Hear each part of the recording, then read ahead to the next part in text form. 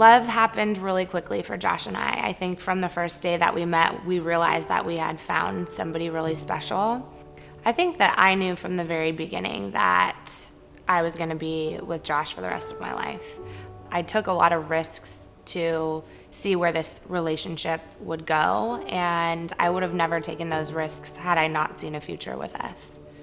2 months after Josh and I met, he was diagnosed with a rare form of cancer called synovial sarcoma of the lower abdomen.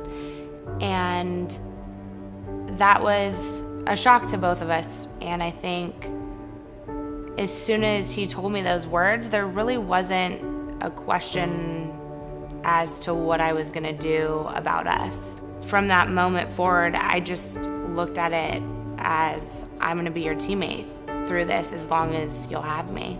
And we lived our lives so fully in the 2 years that we had together, and we didn't let cancer steal our joy.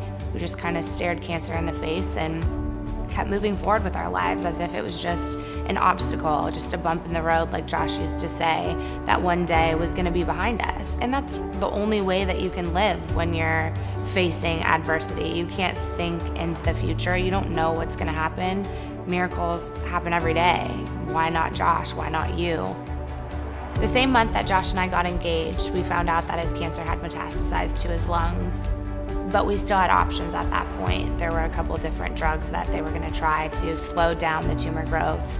It was in August that we were told that Josh didn't have much time left. There were no other treatment options at this point. There were no clinical trials available at MD Anderson for him to be a part of. And our oncologist at that point, Dr. Araujo, she was amazing and so honest with us and told us, you might have 6 months and you guys need to move your wedding date up because Josh isn't gonna make it.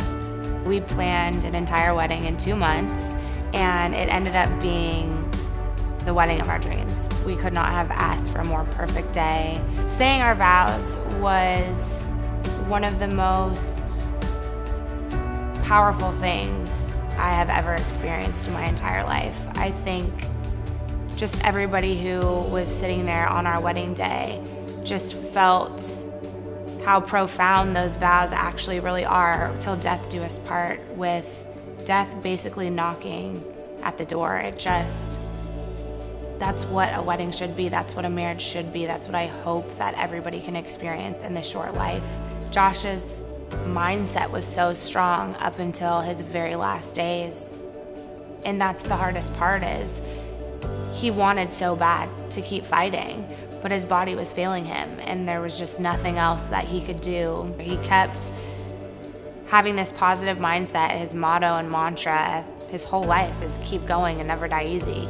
One of my favorite things about Josh was just how inspiring he was. I mean, he would tell me stories about how he was bullied as a little kid and then how hard it was to move from his small town to Tampa, where his stepdad was stationed, and he ended up becoming the quarterback of the football team and just became this leader and just overcame all the obstacles that always came into his life. When he was first diagnosed with cancer, he literally referred to it as a bump in the road. He was an inspiration to me and every single person who came in contact with him. There's people after he passed away that reached out to me from every chapter of his life telling me a story on how Josh inspired them.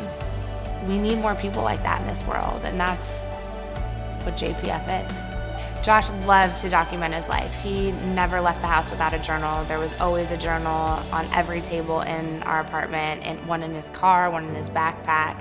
He just always wrote things down.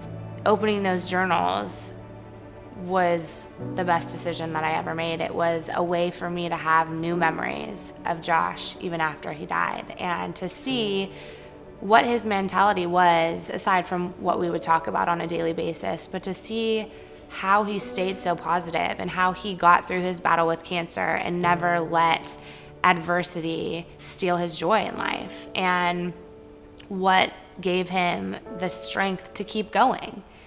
And in those journals was the answer. And that's how JPF was born.